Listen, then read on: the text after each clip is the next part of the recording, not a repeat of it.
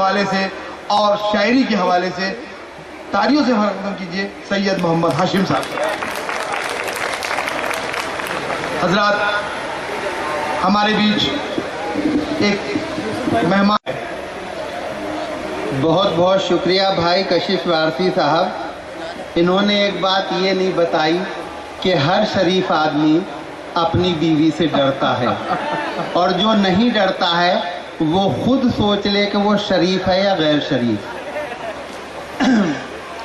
ایک غزل کے 2-3 شعر تحت میں اور پھر ترنم سے عطا اجازت ہے۔ کوئی غلطی ہو تو خاموش رہیے گا، نہ ہو تو ذرا تعریف کر دیجیے گا۔ مطلب پیش خدمت ہے کہ اٹھ کر کے تیری بزم سے مہمان جو گیا، اٹھ کر کے تیری بزم سے مہمان تو گیا، لیکن تیرے طریق کو پہچان تو گیا۔ اٹھ کر کے تیری بزم سے مہمان تو گیا، لیکن تیرے طریق کو پہچان تو گیا، اور کر کے سلوک ساتھ میں اپنے عزیز کے، کر کے سلوک ساتھ میں اپنے عزیز کے سب سے بیان کر دیا، احسان تو گیا۔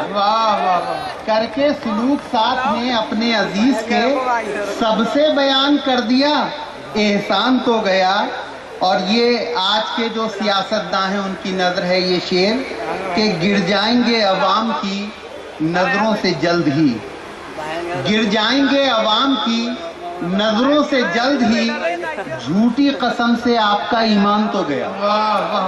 گر جائیں گے عوام کی نظروں سے جلد ہی، جھوٹی قسم سے آپ کا ایمان تو گیا۔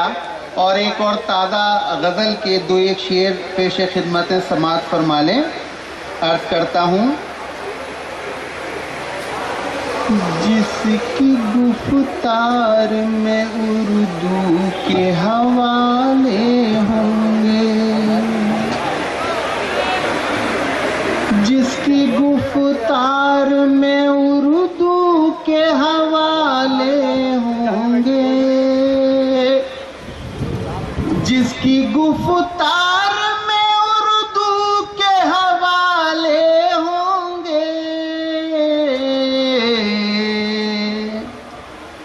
اس کی باتوں سے بھی محفل میں اجالے ہوں گے، اس کی باتوں سے بھی محفل میں اجالے ہوں گے، جس کی گفتار میں اردو کے حوالے ہوں گے، اور وہ حریفوں کو ہرا دے گا فقط پل بھر میں، وہ حریفوں کو ہرا دے گا فقط پل بھر میں،